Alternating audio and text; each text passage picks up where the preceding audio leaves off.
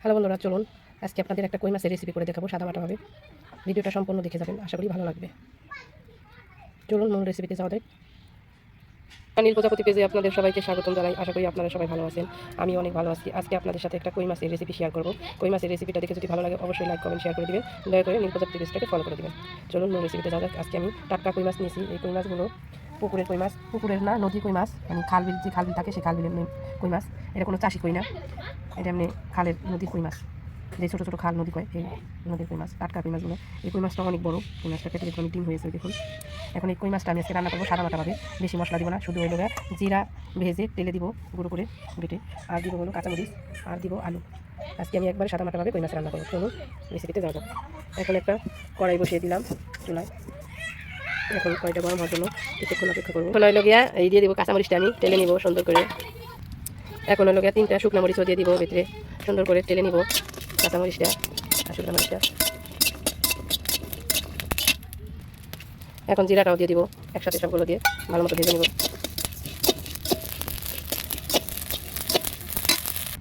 জিরা কাঁচামরিচ শুকনা তেলে নেওয়া হয়ে গেছে। এখন কড়াই বসিয়ে দিলাম, কড়াইতে এখন সরিষার তেল দিয়ে দিব। তেলটা গরম হওয়ার জন্য অপেক্ষা করবো। তেলটা গরম হয়ে গেছে, এখন মাছ একটা একটা করে ছেড়ে দিব। মাছগুলো পরে হয়ে গেছে, ধীরে ধীরে করে ভেজে নেব। মাছগুলো সুন্দর করে লাল লাল করে ভেজে নেব। আমি যেভাবে আজকে রেসিপিটা করতেছি, আমি রান্নাটা সেভাবে একবার ভালো ট্রাই করে দেখছি, আশা করি ভালো লাগবে। একবার সাদামাটাভাবে মাছ, কই মাছ অনেক ছেলে রান্না করে ফেলছি, পেঁয়াজ দিয়ে ছাড়া। আজকে শুধু জিরা বাটা দিয়ে কই মাছ রান্না করবো। 3টা মাছ ভেজে উঠিয়ে নিয়েছি দেখুন, কত সুন্দর করে। আবার 3টা দিয়ে দিচ্ছি। মাছের মাছটা অনেক বড়ো দেখুন। এখন উল্টে পাল্টে ওই বাকিগুলো ভেজে নেব। সম্পূর্ণ কই মাছগুলো ভেজে নেওয়া হয়ে গেছে। এই কই মাছটা অনেক বড়, মোবাইলের ক্যামেরায় অনেক ছোটো হইতেছে কেন জানি না, কিন্তু মাছগুলো অনেক বড় কই মাছগুলো। এখন চলুন মাছ ভাজা তেলে ভেতরে আলুগুলো কেটে রেখেছি লম্বা লম্বা করে, আলুগুলো এখন ভেজে নেব।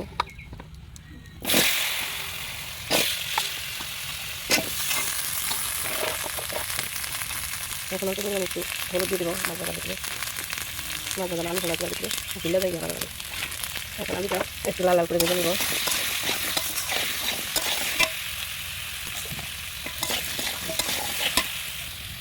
আলুগুলো ভাজা হয়ে গেছে দেখুন, আলুগুলো লাল লাল করে ভেজে নিয়েছি।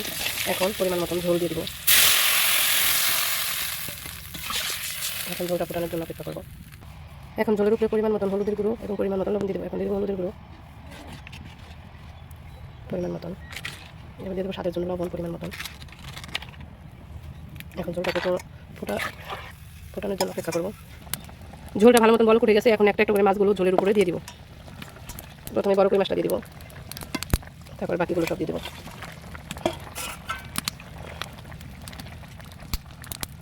এখন ভালো মতো মাছগুলো রান্না করে নিব। এখন তরকারিটা আমি কড়াই থেকে গামলার ভিতরে ঢেলে নিব, তারপরে সম্বার দিয়ে দেবো, মানে বাগার দিয়ে দেবো। এখন নামিয়ে নিব, আপনাদের দেখাতে পারবো না। তরকারিটা বলের ভিতরে ঢেলে নেওয়া হয়ে গেছে। এখন কড়াইতে সরিষার তেল দিয়ে দেবো অল্প পরিমাণে। তেলটা গরম হতে অপেক্ষা করবো। তেলটা গরম হয়ে গেছে, এখন অল্প পরিমাণে জিরা দিয়ে দেবো আর 2টা তেজপাতা দিয়ে দেবো। ভালো মতো তেলে নিব। জিরা কাঁচামরিচ শুকনো মরিচ তেলে বেটে নিয়েছিলাম, এখন দিয়ে দিব তেলের উপরে।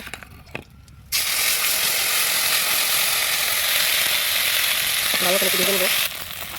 মশলাটা ভেজে নেওয়া হয়ে গেছে, এখন আমি তরকারিটা ঢেলে দিব।